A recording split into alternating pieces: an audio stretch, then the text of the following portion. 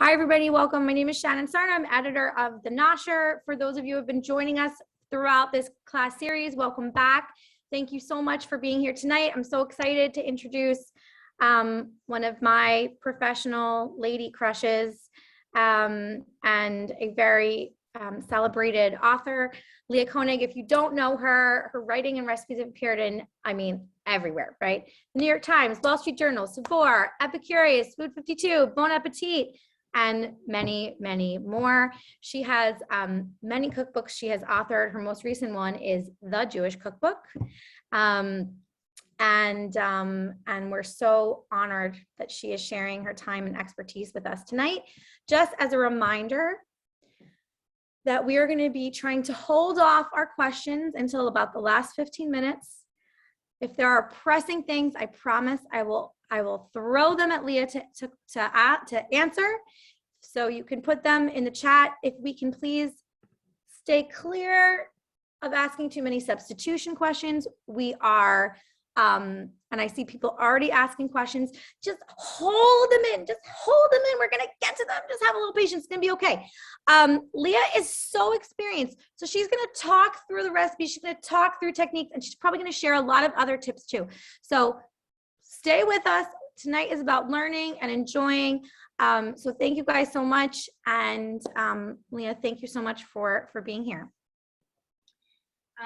Thank you so much, Shannon, and to everyone for coming. Thanks for making the time to join us tonight. Can you guys hear me okay? Shannon, give me a thumbs up. Okay. The lady/professional crush goes both ways, Shannon. It's been an honor to kind of and a pleasure to watch the Nosher just become this like amazing hub of Jewish food and culture and life. So it's really awesome to be here with everyone today. And yeah, so I was joking around with Shannon before this started that I get a little sheepish doing demos in my home kitchen, despite the fact that that's been the reality for Zoom, because what you see is like 95% of my kitchen. I live in Brooklyn, New York, and wouldn't change that for the world, but the sacrifice is my kitchen is literally my wingspan. And you may notice that I have a hot plate in front of me right now. That is because there isn't really a good angle that I can set my computer up to capture the stove and the chopping at the same time. So you're kind of looking at my like camp kitchen. So bear with me today. It's going to be a little less, maybe posh looking than others, but we're going to make some delicious food together. So just by way of quick introduction, and thank you for the generous and kind introduction, Shannon, but for folks who don't know me, I am a food writer, cookbook author. I've been doing this work for approximately 15 years now, and I take a very, I would say, global approach to Jewish cuisine. So I research and develop recipes and write stories about Ashkenazi cuisine. Obviously, that's the cuisine that I grew up with, the briskets and the matzo ball soups and the potato latkes. But the more I do this work, the more I have really made it a point of pride to search out the lesser known to us. Obviously, they're known by the people who cook and enjoy them, but lesser known to most American Jews, corners of Jewish cuisine. So the book that Shannon mentioned, is my most recent one. We're actually not going to be cooking from tonight, but this is the Jewish Cookbook, which came out in 2019 and it's got 425 recipes, and it's a global compendium of Jewish food. So it has everything from like dishes from Eastern Europe and Israel, obviously, and Morocco and Mexico City and India and Georgia, the Caucasus, and everywhere in the world. So if you're interested in sort of Jewish food, not just as from the culinary perspective, but also from a cultural and historical perspective, I would suggest you check that out.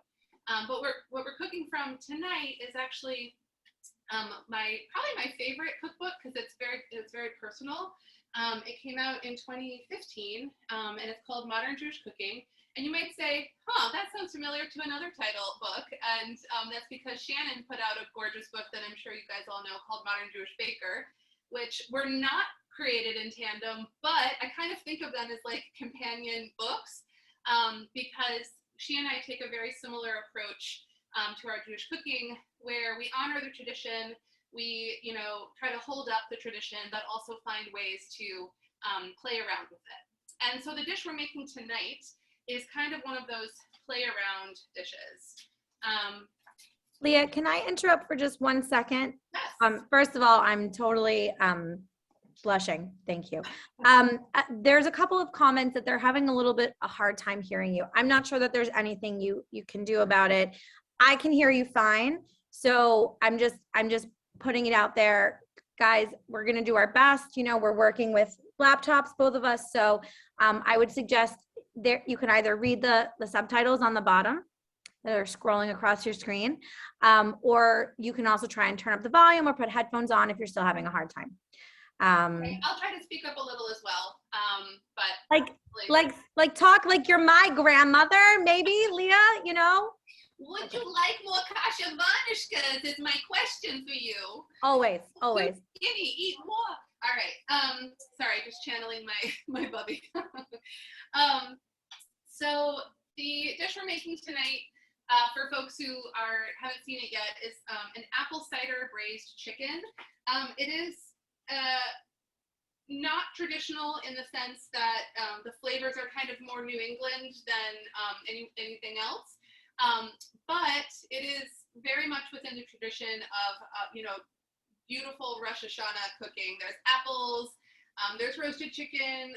There could be honey in it. I didn't put honey in this, and now I'm thinking maybe I should have put a little honey in just to gild the Rosh Hashanah lily. But it is a beautiful braised, saucy chicken dish that for me has become, I serve it 2 times a year. I serve it for Rosh Hashanah because of the obvious apples connection, and I also serve it for Hanukkah because the sauce, the braised sauce, is so delicious with potato latkes. It's like the perfect combination. So if I'm not doing brisket for potato latkes, I'm making this. Okay, so let's get started. I'm gonna keep the recipe nearby. I mostly know it, but you know, when you develop a lot of recipes, you can't commit them all to memory, especially when your brain is like a sieve, which mine has become during the pandemic.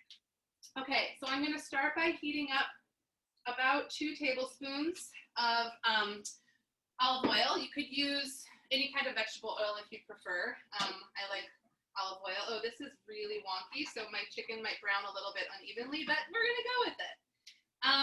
And I'm also gonna start with about 4 pounds of chicken. I like to use chicken thighs and drumsticks. Today I just have the drumsticks because I went into my freezer this morning to thaw the chicken and was like, oh, I could have sworn I had some packages of thighs in there, but I think I finished them off on another demo I did a couple nights ago. But you know, drumsticks are totally delicious, so you can go either way with that. So I'm just gonna season my chicken pieces with salt and pepper. And I don't go crazy heavy because I do add salt and chicken stock later on, and my chicken stock has salt in it. If you're using a homemade chicken stock that is unsalted, I would go a little heavier with the salt here. And you can always add more salt later. It's a lot harder to take away salt. And so what I want to do is just get my pieces into the pan. This is going to make it even harder to hear me, I'm realizing. But I'll come closer to you. I want to get them a nice golden sear. I am definitely starting with chicken with skin and bones, because you want that nice brownness. You don't have to eat the skin later, but it adds so much richness to the sauce that I would suggest going with the skin. And sorry, 1 second, let me just wash my hands. Luckily, my sink is right there. So you can make this dish. I actually peeked and saw this question. You can make it without browning the chicken. It just won't taste as full flavored, and the skin will be kind of more rubbery. But if you really don't want to skip the step of browning the chicken, you don't have to if you're like in a rush for time. But you know, it just adds a nice flavor. And while So you're Leah, I have a question that we get a lot about kosher chicken specifically. sure. And the question, kosher chicken does tend to have some extra salt in it, right? Because of the koshering process. Yeah. So how do you determine, or like people always are asking, but like, should you salt kosher chicken, right? Like what's your approach to that? Yeah, I mean, I use I keep a kosher kitchen, so I use a wide variety of, I've tried a wide variety of kosher chickens. I mostly use Grow and Behold, which is a kosher and sustainable brand. If folks don't know it, it's the best kosher chicken I have found. I'm not sponsored by them, I just really love it. And I have not found the chicken to be all that salty. I think that was either something that happened more a long time ago, or I just don't notice it that much. Or maybe I have a really high salt tolerance. So I do salt, but I don't salt crazy aggressively, because I would rather, like I said before, salt more at the end, and make sure I don't oversalt anything. I'm going to turn this pan. And I would say if you have a splatter screen, this is a good time to use one. They're basically like mesh screens that go over your pan, and stop the oil from splattering. But anytime you're browning chicken, you're going to get a little bit of splatter. I'm just going to wipe it up with some, spray later. But if you have a splatter screen, it's a good time to bring it out. Not just for latkes. And so what I'm doing right now while my chicken is browning, I should say, so you don't want to rush the browning of the chicken. And the way you know it's ready is when you pick it up. If it picks up, well, it's going to have a nice, hopefully brown color. But this is also true if you're working with like meat, or even like a thigh where there's more surface area. But if it's sticking to the bottom of the pan, it means it's not seared enough, and you need to let it sit for a few more minutes. And if it lifts up really easily, that means that's a good indication that it is browned enough that it's got a crust that it is ready for the next step. So while my chicken is searing, I am peeling, and I'm going to cut I have 3 apples here. You can use any type of apple that you like. I would stick with like a baking variety. So Gala, Granny Smith, Pink Lady, Honeycrisp. If you go apple picking, I mean, Rosh Hashanah is super early this year, so normally my family has a chance to like maybe go apple picking before. And this year it's like it's still gazpacho season, so I'm using store-bought apples, but it's a really good way to use up some apples that if you go apple picking. But really any type you want that will kind of hold its shape while still getting softer. Okay, so the way I'm going to cut them is basically into wedges. So I start by just quartering it like this, and then what I'm going to do is the easiest way. Some people kind of scoop. I get a little nervous about doing that, so I put it flat on my cutting board, and then I make a diagonal cut this way. I'll show you. I make a diagonal cut this way, and it gets out the whole core, and it leaves me with a good apple to use without having to worry about cutting my fingers. And then from there, I'm just cutting them into approximately like between 1/4 and 1/2 inch thick wedges. All right, let me turn these little chickies. This pan is hilariously uneven, so there's some that are quite brown and some that are not, but we're just gonna go with it and pretend it's my real stove, my real oven. And for this recipe, I am choosing to use a frying pan to do my browning, and then I'm going to put them, I just have these disposable ones because I'm going to actually make 2, one for now and one to save. But normally I would use one larger roasting pan. But I'm going to put them in here to cook, but you could also make this recipe in a Dutch oven and do your browning in the Dutch oven, and then just put the chicken in and braise it in the oven like that. So that's kind of an up to you how you prefer to do it. Okay, so I'm just gonna keep going. I love this recipe as like an alternative to brisket, right? I get a little bored with brisket sometimes, and this just sounds so good.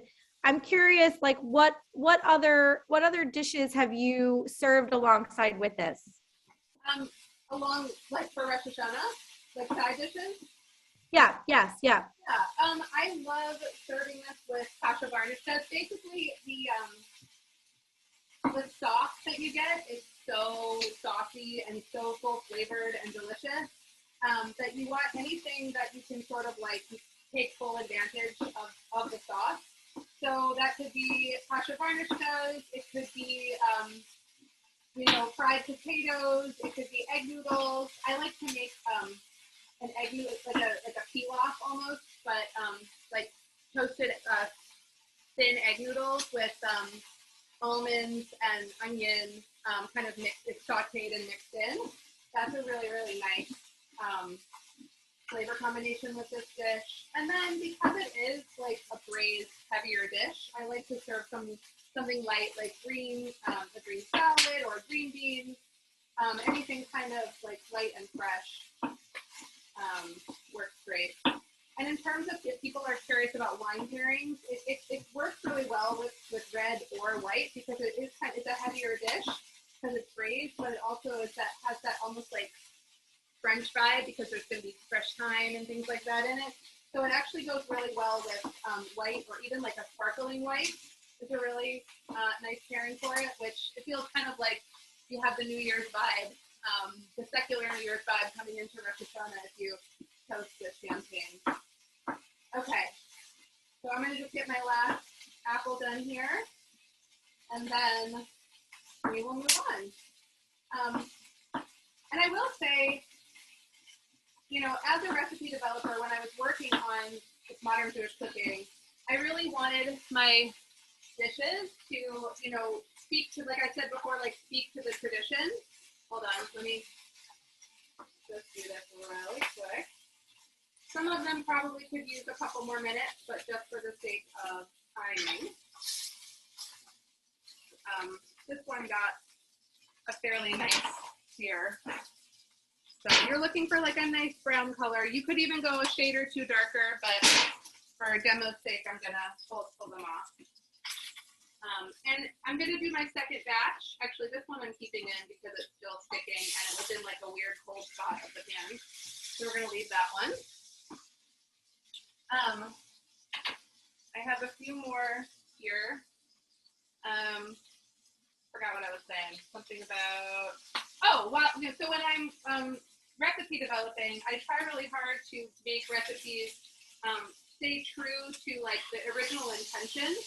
But one of the things that I think people get wrong about Jewish cuisine is, well, lots of stuff.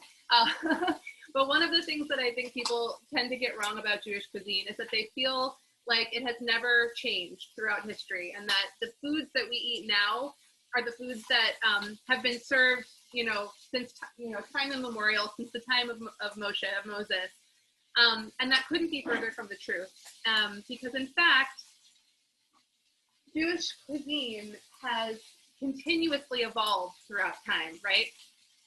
You have Jews moving, sometimes by choice, sometimes by force. You have them taking their dishes with them, going to entirely new lands, and incorporating the ingredients that they find in their new homes. One kind of current day version of that, you see that, like, for example, if you think of Southern American Jewish cooking, you find like sweet potato kugels. So they take the idea of a kugel, which comes from Eastern Europe, and they use a local produce item, a sweet potato, to make something that is both new and old at the same time.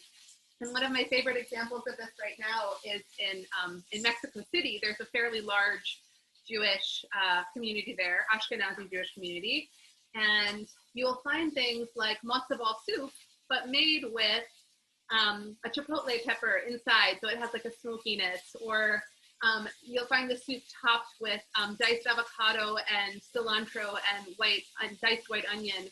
which is how a lot of soups are served in Mexico. Or you'll find chocolate babka that has cinnamon and chili pepper in it to give it that kind of Mexican cinnamon kick. So these are dishes that are traditional, but they evolve through time, through space, through history.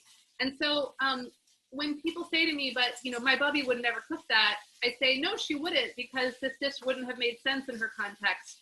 But we live in a time where we're rediscovering the beauty of seasonal vegetables. We're rediscovering the farmer's market. We're discovering for the first time global flavors that we didn't necessarily have access to, whether it's pomegranate molasses or za'atar or anything like that. And so how wonderful that we can take our traditional dishes and find ways to make them speak to where we live now and how we live now.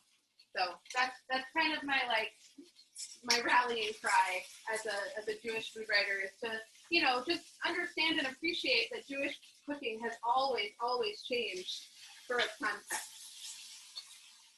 Okay, so I'm gonna flip these guys. If I was doing this not in front of an audience, I would let these probably go for 4 to 5 minutes per side. I'm probably doing more like 2 or 3. But you want them to get like a little bit browner than I'm letting them get. Okay, so got my apples here, and now I'm going to use my fresh thyme. This gives it a really, really, really lovely flavor. I know people are going to ask about substitutions, and I would say don't substitute it. Use fresh thyme. You could use dried thyme, but it doesn't have the same vibrancy. But rosemary, oregano, marjoram, all of those other herbs wouldn't do the same thing. So, I'm not going to come and hunt you down if you try something different. But while I usually really like substituting, here I would say do not do that.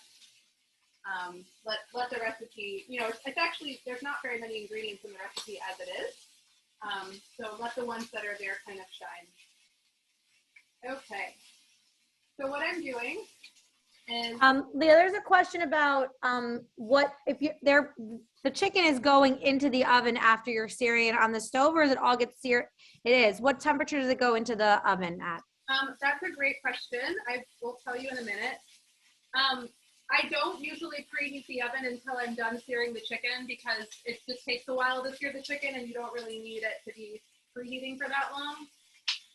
But it should go to 375. Great, thank you. So it's lower than I would normally roast a chicken. I would normally roast chicken at like 4 something, but because this is more of a braise, 375 is where I'm keeping it. And if you are cooking along at home, now is a fine time to do the oven. You are actually all perched on my oven. My computer is perched on my open oven door, which is hilarious. So I'm not going to turn my oven on until after the demo. But just to show you, this is the fresh thyme. And the way I use it is I take my 2 fingers and I just hold at the top. Oops, that didn't work. I hold at the top and pull gently down. So I strip the stem and then have the thyme behind. So it's a really kind of easy way. I don't want to make anybody individually pick off thyme leaves. That sounds like a nightmare. So just hold it at the top and then pull down, and there you go. So I use thyme in 2 different ways in this recipe. I'm going to use some whole sprigs. People have asked me what a sprig is. A sprig is basically one stem's worth. And I'm also going to chop some up right here to add to my sauce. And you don't have to chop it super, super fine because it's already a pretty small leaf. I'm looking for some good ones here. But just give it a little chop. Okay. Shannon, this is actually a really good time if there were any urgent questions that came up for me to answer them. And if not, then I'll carry on. Great. If anybody has any questions while Leah's doing this process, please feel free to add them in the chat and I'll hand them over. As long as they are not rude or annoying. these. All right, so here's a question I was wondering. You know, the recipe calls for chicken thighs. You're using drumsticks. A lot of questions about what other cuts of chicken you could use for this. Yeah. So you could use boneless. You could use skin-on boneless chicken thighs. The only thing is they would cook a little faster, but when you're braising, it's okay for them to sit. They'll just get more tender, so it's really not an issue. So you could use boneless thighs. I would stay away from chicken breasts just because they're not a very good braising. I love chicken breasts. I use them all the time, but they're not a great braising cut. And I wouldn't use a whole bird, but you could maybe do like a quart, like the leg and the thigh together. I always forget what that's called. Whatever. You know what I'm talking about. And start there. Those would just give you more ample pieces.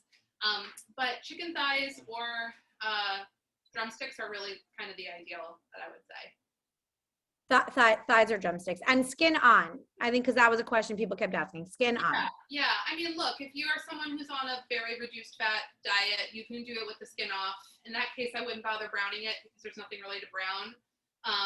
But the skin, I'm somebody, my husband eats the skin. I pick it off when at the table, but I find that the skin flavors the sauce and gives it such a richness and a depth. And when you're talking about Jewish holiday cooking, like, you know, it's a time to sort of indulge maybe. So I would say keep the skin on. It definitely makes it tastier. And if you make it with the skin off and you're like, this sauce feels kind of thin, that's why. But that's up to you. If you're somebody who doesn't generally like the richness of skin, you could make it with the skin, without the skin. Okay, I'm putting a tiny bit more oil in and keeping the fat from the chicken that has rendered, although it's not a ton. If you have like very fatty thigh pieces, I always trim off the like extra fat. But if you end up having like a lot of schmaltz in the pan, you can go ahead and pour off all but about 2 tablespoons of it because you don't want it to be like too rich. And so what I'm adding right now is 6 sliced shallots. For folks who are less familiar with shallots, where did I put my extra shallots? Oh, here they are. This is a shallot. It is in the onion family, also called alliums. And it's kind of like a more delicate version of an onion. I'm seeing that I actually do need a little bit more oil to keep these from burning. You could definitely use regular onion if you prefer. If you don't want to deal with the shallot, I would maybe use 2 large yellow onions because shallots are pretty small. So that's entirely up to you. But I really like the kind of delicate flavor that a shallot brings. Okay, so what I'm going to do is just another quick piece of a cooking demo thing to admit. I actually started with 2.5 pounds of chicken instead of 4 because I'm just doing this for the demo. So I'm actually gonna have more apples than I need here. But if I was doing the full 4 pounds, I would use a large roasting dish. But I'm just gonna put these other ones aside and maybe like saute them later. But what you want to do is top your chicken pieces with your apples. And you're also going to throw in a few extra of those sprigs, about 6, just to kind of give a little bit more flavor as it's cooking. And also it looks really pretty. I'll show this to you what this looks like in a second. I love fresh thyme. It's probably my favorite herb of all. So very, very simple. It looks so pretty though. It does. And all of those apples basically this is the other reason why it's also good for Hanukkah. They basically turn into like applesauce with shape that maintains its shape. So they're like schmaltzy, sweet, savory, salty apples. So they're so yummy. Okay. So I'm going to keep kind of moving these shallots around. You want them to kind of get like a, nice they don't have to be caramelized, but you want them to get a little more golden. I don't know, they're like sucking up all, I don't know if it's the pan or the heat source, but they're sucking up all my oil. So I'm gonna just keep adding a little bit more, which it says to do as necessary. So the last part of this dish, I'm only gonna be able to bring you up to the point where it goes into the oven tonight because you don't wanna sit here while, while the chicken is cooking. But when you have the recipe, it will tell you how long to keep it in and that it's, you know, what it's supposed to look like. So right now, I have my shallots. I'm going to season with a little bit of salt and pepper, just for, I like to salt as I go and do like the layers as I go. And then I'm going to get my wet ingredients ready, right? The difference between roasting and braising, as I'm sure most folks know, but just in case there are some folks who don't, is a liquid source, right? When you roast, you're roasting with heat and oil, but no real liquid. When you're braising, you're cooking at a slightly lower temperature for a longer amount of time, and you're using a significant amount of liquid. Those liquids can be wine, it can be vinegar, it can be broth, like a chicken or vegetable or beef broth. And tonight we're going to use one that's a little bit different. We're going to use apple cider. We're actually using apple cider vinegar for flavor and regular old apple cider, which felt really weird to buy at the store today because it's just not the season for apple cider yet, but my kids will be very excited to have it. This is obviously, it's not like a hard cider, it's a sweet, fresh apple cider. And it really adds, I'm going to move these, speaking of beautiful seasonal stuff, my husband's, one of his bandmates grew these in his Brooklyn backyard, and they're so, so yummy, and we're going to make gazpacho with them. So I'm going to just put those aside and look at them later. And so I like to add the liquids in stages.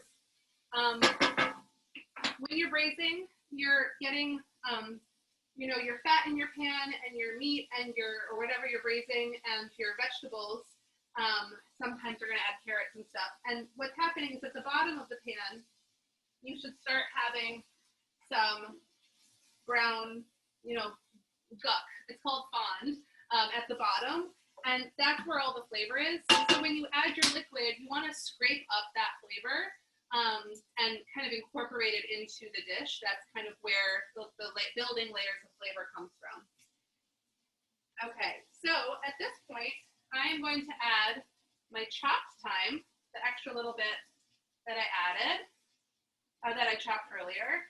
And it's so fragrant. It's like the mix of oniony smell and fresh thyme and the vinegar I smell. It's just like, it makes my mouth water just before the dish is even done.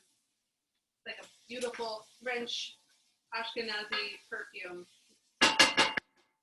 And then I have here apple cider vinegar. I'm using Bragg's, which I like because it still has the the mother, it's called. It's like the thing that helps the fermentation happen. They keep it in there, so it's kind of murky looking, which is not always super appetizing, but it makes it just much more have a much more depth of flavor. But any apple cider vinegar will work, whether or not it has the mother, which is kind of a weird name. And so what I'm going to do now, I should show you where my onions are. They are definitely not caramelized, but they are softened and they're starting to brown. I'm not sure how well you can see that, but they're very soft. They're going to obviously cook in the oven for a while, so they will continue to soften, but they don't need to go to a particularly brown stage. Okay, so now we're going to stir in our cider vinegar. I like to put in the apple cider vinegar first and kind of let scrape up my fond, all my flavorful bits, and kind of let it cook off a little bit so you get some of the intensity to mellow. If I was using wine in a braise, or like vermouth or something, or sherry, I would also put it in first and kind of let it dissipate a little bit. You can maybe see some of the smoke coming off. That just kind of mellows it out a little bit. And I'm also going to add 1 cup of regular old delicious apple cider. And that quiets things down a little bit. Sorry, I did not anticipate or remember how loud this dish was. I feel like I'm talking over like an airline, like an airplane or something, but that quiets it down. And what we're gonna do is just stir that all together. And can you just repeat one more time how much apple cider vinegar and how much apple cider? Sure, it was a 1/2 cup of apple cider vinegar. And then let that cook down for 30 seconds or so, just to let the kind of sharpness mellow. And then 1 cup of apple cider. And then to that, I'm going to also add, I believe it's 2 cups of chicken broth. I'm using a no chicken broth tonight because I couldn't find a chicken broth that had a kosher certification in my local grocery store, which is where I was doing the shopping for this. But I really like this brand, Imagine. Their no chicken broth is a very nice option if you can't find regular chicken broth. So I'm going to put in 2 cups, and you just want to have enough liquid. For the pan that I'm using, it might be too much because I'm not using that deep roasting pan that I would normally use. Or what do I even call for? Yeah, a large oven-proof baking dish. I try not to get too specific about pan sizes unless it really matters, because I don't want someone to not make a recipe if they don't have exactly the 11 by whatever pan. So unless I'm doing like a cake where it really needs to be in a certain size pan to bake at the right time, I usually am pretty mellow about sizes. Hey, Leah, it would not be a Jewish class if we didn't have this question. Okay. But does it freeze? Can you freeze it? You can, yes. The apples suffer a little bit. If you do freeze it, make sure it is 100% cooled before you freeze it, because you don't want any like ice crystals to form in the apple pieces. But yeah, of course, yeah, you totally can, and then you would just warm it in the oven at 375 till it's bubbling again. So you can make this in advance. You can either make it in advance and keep it in the fridge for a couple of days ahead of your holiday, or you can make it and freeze it till 3 months, however long you need. Yeah, that really is the perennial Jewish question, isn't it? But can I freeze it? And usually with traditional Jewish food, you can, which is really nice. It must be my non-Jewish side that I'm like, I don't understand the freezing thing. Oh yeah. I don't know. I never freeze baked goods. The only things I freeze are chicken stock, tomato soup, and meatballs. Tomato soup, tomato sauce, tomato sauce. I have started freezing more because when I started developing recipes, because I just could not finish everything in time, and then I would have like this urge to eat all of the baked goods. So now I freeze like rugelach and stuff like that, and it's totally fine. So I give it away, so I get it out of my house. Yeah, that's the smart way to do it. Okay, so I'm gonna go ahead and I tasted my stock. I'm sorry, my braising liquid, and I'm gonna add a little bit more salt and pepper. It's gonna cook down in the oven, so I don't want to over salt it at this point. But you want it to have a well-rounded flavor. So if you taste it and it tastes a little bit thin, just add a little more salt. That's better. So the purpose of salt is really to bring out the other flavors. I'm going to do a little bit more. And the thing is, after you bake the dish, there's going to be liquid in the bottom of the pan that you can either serve as is, or you can put that in like a saucepan and cook it down to make it a little thicker if you prefer, or more concentrated. And you can resalt it then as well. But I just want to make sure that we're at a good place right now, and I think we are. Okay, it's kind of like an amazing like chickeny, apple-y, like soup almost. But okay, so what I'm going to do is I am going to very carefully bring this off the heat, and I'm going to tuck my I'm going to bring this over here and tuck my little extra apples aside. Those will become some kind of easy saute. And actually, I was going to split it into 2 pans, but I forgot that I was having the runny chicken. So I'm just going to double it up because these pans are so flimsy that I feel like having a second one is going to help keep it from getting all over the place. And what I'm going to do is pour the braising liquid over top, kind of as evenly as possible. And I'm going to make a judgment call if I'm going to use all of it. Yeah, I think I am. It'll just be a full pan. And you can see, here I'm going to show you. I'm going to just kind of, there's a lot of shallots there, but it makes more sense when you're doing the 4 pounds of chicken for that amount of shallots, but it's all going to work out. If you're using 4 or using 2, you can make the same amount of broth. It'll be fine. And I'm just going to kind of smooth these out. And then I'm going to get these ready for the oven. So if I'm using like this, ooh, if I'm making it in a Dutch oven, I would have, my Dutch oven on the pan. I would brown my meat, take the meat out and put it on a plate, and then do all of the shallots and the cider vinegar and all that in here. And then I would put my chicken pieces back in the pan and kind of make sure that there's some of the shallots and stuff were on top. And I would just stick this right into the oven as is. But because when you're braising, you really want kind of the steam function to work for you. You want to make sure that it's covered. So I'm just going to use some aluminum foil. So that was one of the other questions I saw crop up. So if you're making it in a Dutch oven, you're probably browning your chicken in batches, probably not all at the same time. Yeah, I mean, I don't know if you noticed, but even with 2.5 pounds of chicken or whatever I had, I still browned in 2 batches.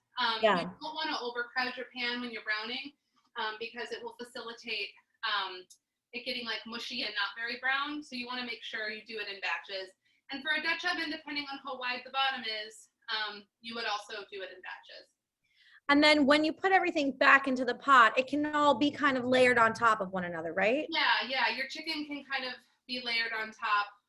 And then what I would do is I would sort of scoop some of the, oniony shallots on top and just kind of make sure that you don't need the chicken to be submerged by the liquid by any means. That's more like a boil. What you want is maybe like 1/3 to 1/2 of the way up. And then, you just put the lid on and put it in the oven. But either way works. So here I'm just going to do kind of like a tight double layer of foil to make sure that all of that goodness stays inside. And then the last part, and then we can open it up for all of the questions I'm sure there are. What I'm going to do, so cover the baking dish with foil and then put it in the oven. It takes between 45 to 55 minutes. It's usually closer to an hour in my oven. Some people say it takes less time. But you basically want your chicken to be like fork tender. You want your apples to be kind of still holding their shape but collapsing and soft and juicy. And what you can basically do is once it's baked, let it rest a little bit. And then you can transfer the chicken pieces to a serving platter and spoon some sauce over top. Or what I like to do is to kind of, there's a lot of liquid at the bottom of the pan.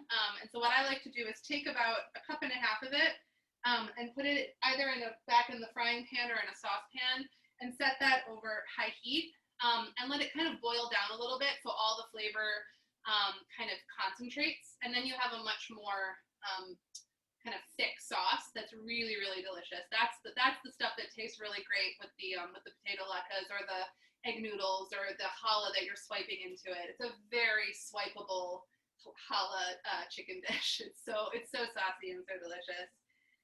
And that's really all there is to it. So yeah, let me know if you have any other questions. Don't be shy, guys. I know you always have pressing questions. So if I didn't get to something that you shared, And they don't have to be necessarily about the recipe. I'm an open book if you have questions about my process or my books or anything like that as well.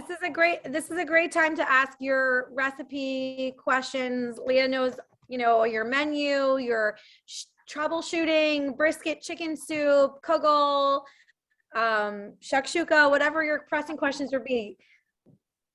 Okay, so Deborah wanted to know, you had mentioned potentially adding honey in the dish. How much would you add and when? I don't know.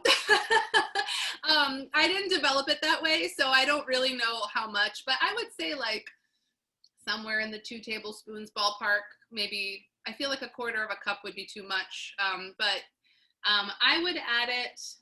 You know what I would do is you already have the sweetness from the apple cider, so it is already a sweet dish. But I think what I would do is I would take my cider and I would put in like a little bit of honey and just whisk that together and then pour that over the shallots. I think that's what I would do. Okay. All right. I'm gonna rapid fire these questions. How many would you say that this dish serves? I thought about this more carefully when I was doing the book. So let me see what I said then. I would say this says 4 to 6. My family eats like a lot of chicken pieces at a time, so we're probably more of a 4 family, but I feel like for 4 pounds of meat, if you're eating a bunch of other stuff, it could easily feed 6. You can also scale up the amount of chicken a little bit and apples, and maybe use just like a little bit more chicken broth or. That's a good idea. If you want to make it feed more of a crowd. Here's a question that I might have given the wrong answer about, so forgive me. But Marion wanted to know, the recipe calls for using extra virgin olive oil. Is that what you were using? Yeah, it was. I was using extra virgin olive oil, but you can use any oil you like. You can use canola, you can use safflower, sunflower, any sort of neutral vegetable oil will work just as well. Light olive oil, anything like that would work. Oh, so Marion, ignore what I said before. Can you how far? Can you just repeat how far ahead you can make this and stick it in the fridge? Yeah, I would make it up to 2 days in advance and keep it in the fridge. And if I was going to keep it for longer than that, I would freeze it. But again, make sure that you have it fully cool before you freeze it, so your apples don't suffer in the fridge too much, in the freezer too much. Can you make it in a slow cooker? Probably.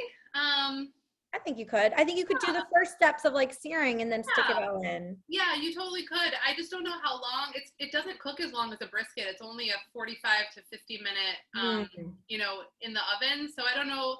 I think I would only do it in a slow cooker if you like really need to save time, or if you need to save space and you're doing other stuff in your oven. But it's not like it's not like brisket where it's taking up oven space for like multiple hours. It's a really good point. Guys, I hate these questions about substitutions. Okay, number 1, the recipe is called apple cider braised chicken. Okay. That being said, Paula is dying to know, can you make it with apple juice? Yeah. Apple juice is basically the same thing as apple cider. It's just a little bit sweeter and less maybe complex tasting. But I think you could use, if you're going to do an apple juice, maybe go for one of the more like natural ones that are like a little, like not like a super filtered yellow, like the one you would give kids in a juice box, but maybe try to go for a more like artisanal brand or something that would have like a little more complex flavor. But yeah, you could use apple juice. Why would you ruin this dish with raisins? Why would you put raisins in this dish? That being said, could you put figs, apricots, raisins, or any other fruit into this dish? I wouldn't. I think that would be delicious in a different dish. I think that one of the nice things about this dish is the way that the apples and the thyme kind of marry together. It's a really nice flavor combination. So I think there's 2 different books out there. One is called Gefilteria by some good friends, Jeff Yafkowitz and Liz Alpern, and one called Jewish by Jake Cohen that some of you have probably seen. I know he did a demo recently. They both have a recipe for a simmis chicken, which is really delicious. save your dried fruit for a Simmis chicken. This is an apple thyme, like light braised chicken. But yes. Can you double or triple this recipe?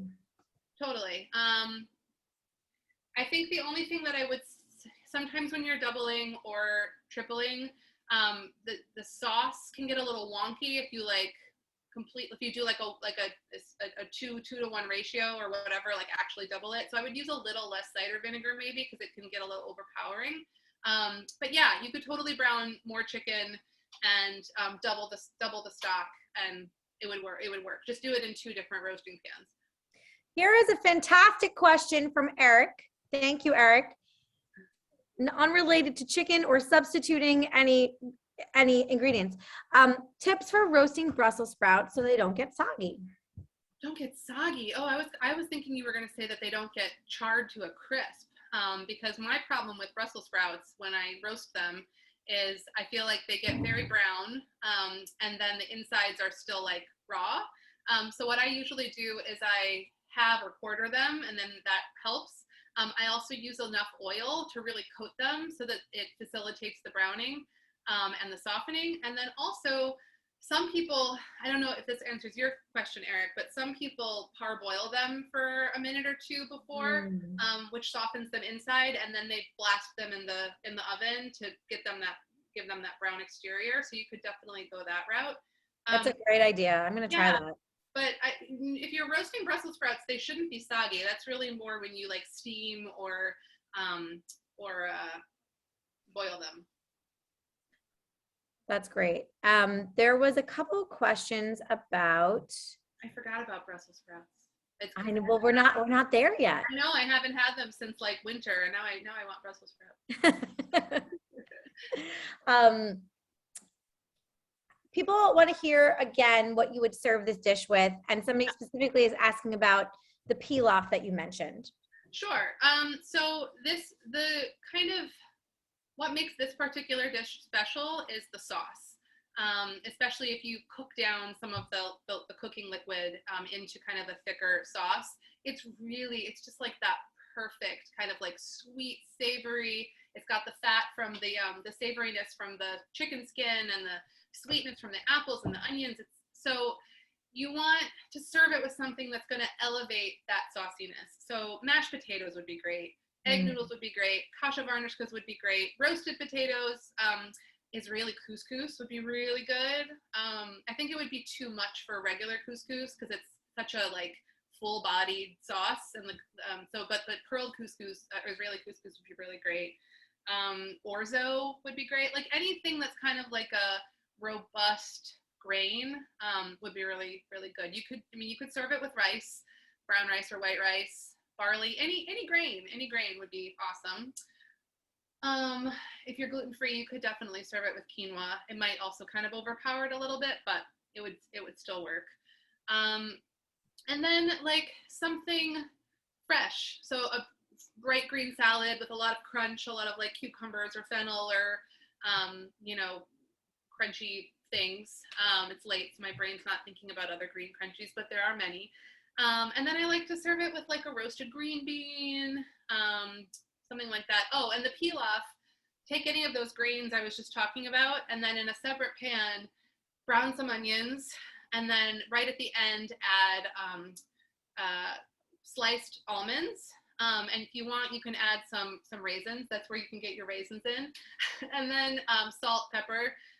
You can do spices if you want. You can do like cinnamon, cumin, anything like that, or you could leave it plain.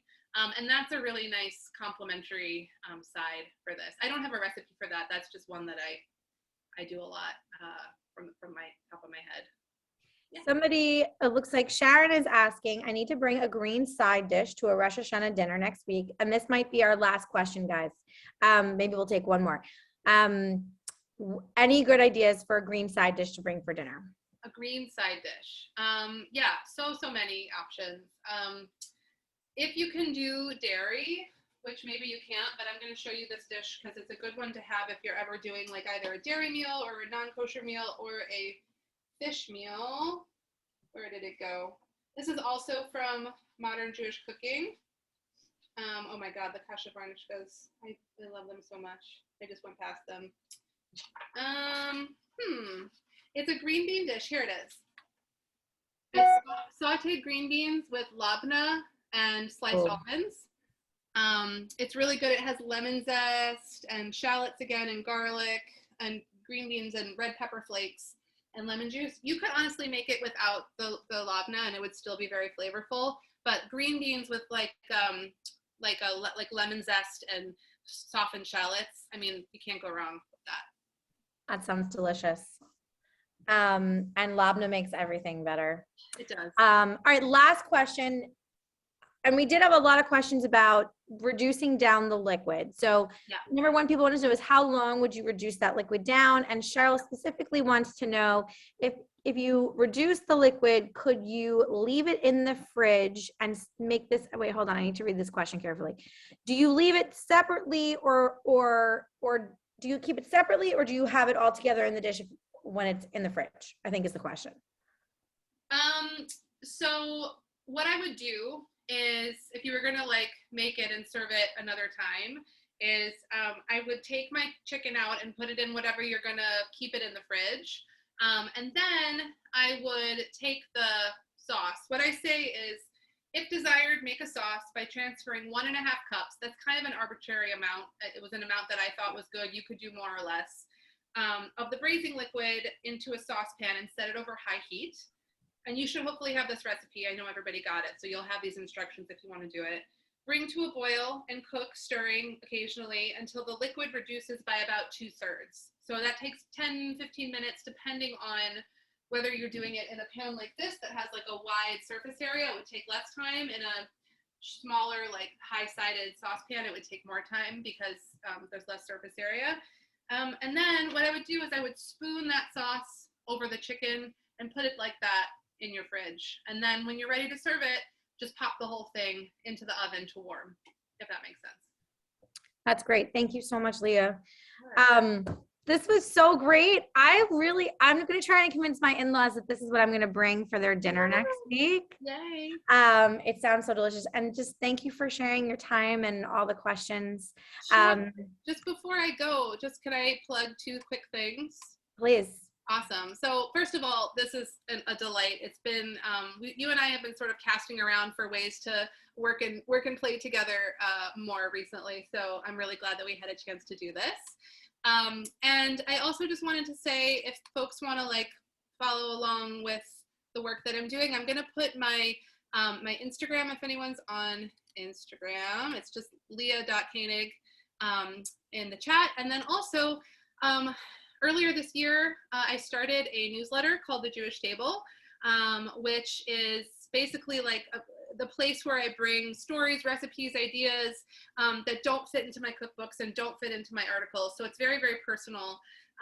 For example, this past newsletter, there was brisket hand pies where you take some of your leftover brisket and you put it in puff pastry and make They look so good. They're really good. They're really tasty. And puff pastry is easy. It's so much easier to work with than like phyllo dough.